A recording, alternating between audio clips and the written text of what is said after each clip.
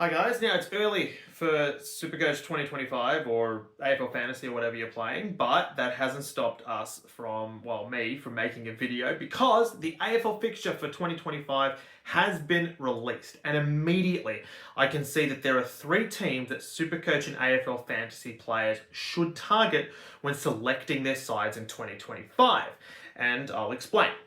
Now, Richmond is arguably the favourite to win the Wooden Spoon in 2025. They play North Melbourne, West Coast, Gold Coast, St Kilda, Essendon, and Geelong twice next season.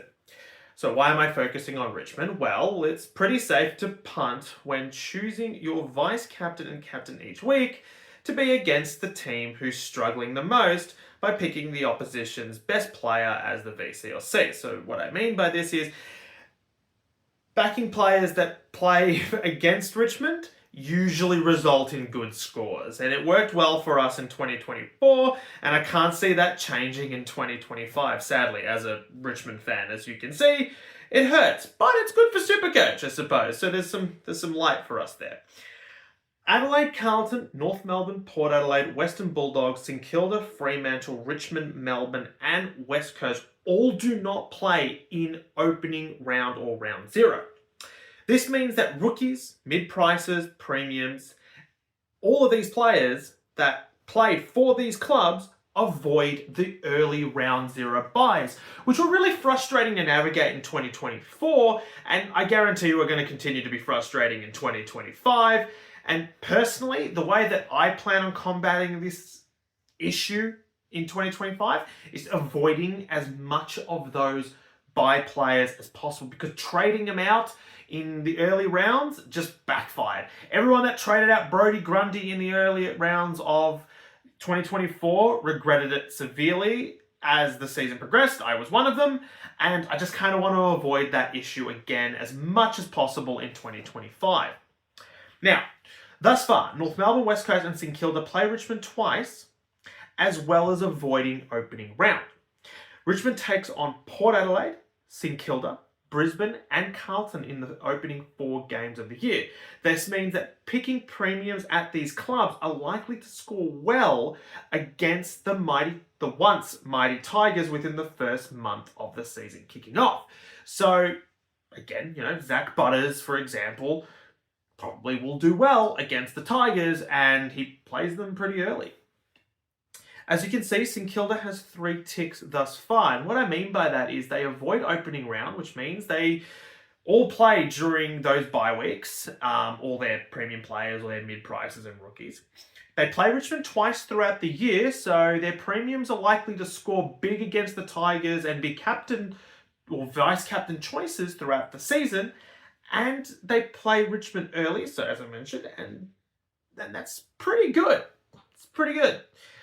Now, we need to fast forward to round 13 as well. And why am I fast forwarding to round 13? Well, it's the best buy round for AFL Fantasy and SuperCoach players. Why is it the best buy round, you might be asking, for us to target? Well, it's because only 2 teams, Fremantle and St Kilda, miss round 13. This means that their players will be available for the other rounds when there's a lot more players missing during those bye weeks. So, therefore, picking those kind of players means that, or from those kind of clubs, means that you've got more cover during that time where the bulk of your players are missing. And we saw that when we targeted players at Geelong and Fremantle. I think it was Geelong. Was it Geelong and Fremantle? No, it was Port Adelaide and Fremantle in 2024. And it meant that guys like Sarong and Brayshaw kind of covered us through those bye weeks when the bulk of our players, premium players, were missing. So as a result, targeting players at St Kilda and Fremantle will allow you to navigate both the early buys and the mid-season buy rounds, as both teams miss round 0, and they have the best buy for the mid-season too. St Kilda is the only team with 4 ticks, and at the moment, to be honest, the Saints are probably the best team in terms of fixture to pick your premiums and mid-prices from, and I'll explain. They avoid playing in round 0, which means that They avoid all the early bye rounds and will help you navigate through the early byes. They play Richmond within the first month, which means their premiums are likely going to score well during the first month. Then they play Richmond twice throughout the year, so you've got 2 captain choices, potentially solid captain choices that you could pick against Richmond. Then they also cover you through the mid-season byes as well. Now, St Kilda, yes, they're not typically SuperCoach, the best SuperCoach side to pick from, but guys like Jack Sinclair, Rowan Marshall, and Jack Steele have been pretty good picks in the past. Now, there'll be a lot of coaches, and I myself included, are probably avoiding Jack Steele for various reasons because of the last couple of years. But guys like Jack Sinclair, I would say, is a must at this point due to this fixture, and I'm probably going to be picking him fixture alone, and just because of the output that he can have at halfback. Rowan Marshall is another one that I will seriously consider. Then you've got guys like Mateus Philippou and Jack McRae, who will be keeping a close eye on throughout the pre-season as mid-price targets for 2025.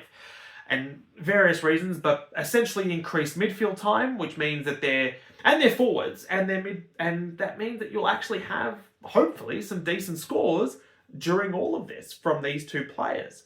My next 2 favourite teams to target for fixture alone for at least your starting side are both Port Adelaide and Fremantle. Port plays Richmond very early, and they avoid the opening round byes. They also are historically a friendly SuperCoach team. Guys like, definitely more so than St Kilda. Players such as Zach Butters, Connor Rosie, Jason Horne-Francis, and a mid-price option in Jace Burgoyne are players who you can likely target and comfortably target for some spike scores in the opening rounds and bye navigation in the opening rounds as well. Meanwhile, Fremantle, they also avoid opening round, as I've discussed.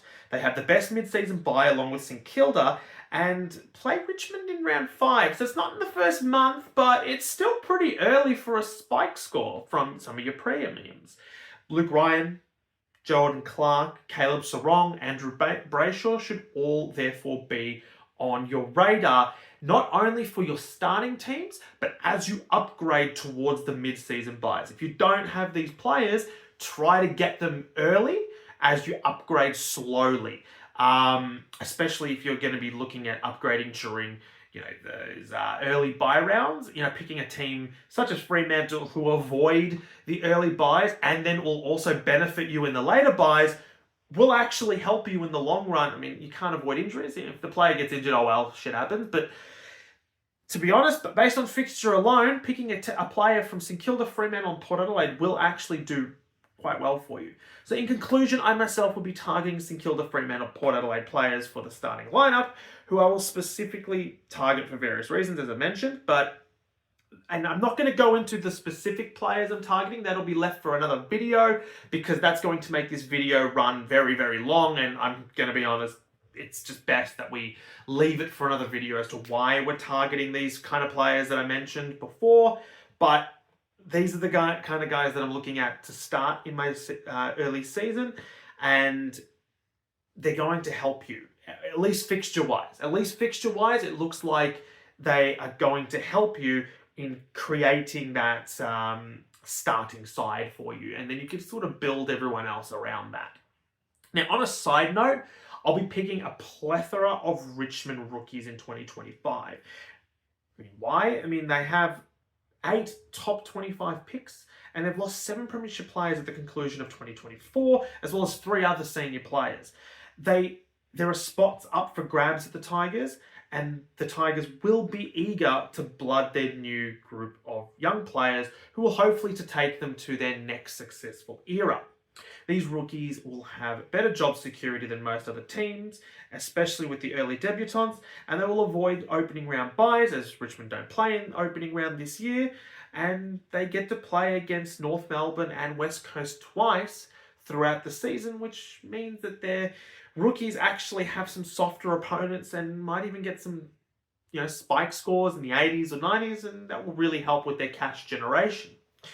If Richmond play 3 to 5 debutants in round 1 against the Blues, as well as Josh Gibcus, then I can seriously see myself picking 5, 6 Richmond rookies to start my team when Team Picker is released, or when the actual app is released in full, probably around March. So that's essentially it. This is based on fixture alone. I'll be targeting rookies from the Tigers. I'll be targeting premiums from St Kilda, Fremantle, and Port Adelaide when it comes to Team Picker, as well as my starting lineup. Probably, let's be honest, Jack Sinclair is the one that really stands out the most from the Saints. I think there are better ruck options than, a Rowan Marshall, but I can see why someone would pick Rowan Marshall, for example. I know that I said I wasn't going to get into it, but I know that the best picks for rucks probably are Tristan Cherry at North Melbourne, and I really like De Koning at Carlton. Both avoid opening rounds, so you could argue that both of those are probably better picks than Rowan Marshall. But Rowan Marshall will help you during the bye week, so picking and he'll also be a little bit of a POD. So picking someone with the scoring potential of Rowan Marshall and for a bit of a POD to start your side with a little bit of a De Koning is not a bad pick. I'll be staying clear from Jack Steele. I'm not picking Jack Steele. I'm just not doing it. Just not doing that to myself again. It's not happening. But, if you're looking for a cheaper option, it's not horrible. Then you got, Jack McRae and Philippou, who I'm probably starting, to be honest, at this point in time. Just keep an eye at them over the summer. Make sure that they've got the midfield roles thus far. As I'm not going to get into it too much, but thus far it looks like both probably will have that midfield role. And then guys like, Luke Ryan might be a bit expensive, so I probably won't pick him early. I think I'd go with Sinclair over him as my D1 myself. I think there's other options for D2 and 3, which I'll get into in another video. But Jordan Clark will be a bit on the cheaper end. Sarong and Brayshaw are both really good picks. Myself, I'm leaning a little bit more towards Brayshaw, and I'll explain why in another video. And then you've got Port Adelaide, Zach Butters, Connor Rosie, Jason Horne-Francis. All those three are good picks. Jason Horne-Francis is someone that I'm keeping an eye on as a breakout year, potentially. And I'll go into that, as I said, in another video when I start to release why I'm keeping an eye on certain players over the summer. Connor Rosie will be at a discount because he had an injury-plagued season. We know the scoring potential that this guy's got. He was a premium that was heavily owned only 2 years ago last year. Fell out of favour purely due to injury. Came back into some popularity late in the year, but again, it just wasn't his season in 2024. Hopefully 2025 he can turn things around and go back to that form that saw him make All-Australian in both 22 and 23. And then you've got, Jace Burgoyne, who is someone that's a little bit on my radar, especially with the departure of Dan Houston. So someone to keep an eye out on as a mid-priced option. I don't hate that pick at all, especially for your draft leagues. He is someone that I'm going to seriously be considering for draft. So these are the teams that I will be looking at to heavily pick my starting lineup around.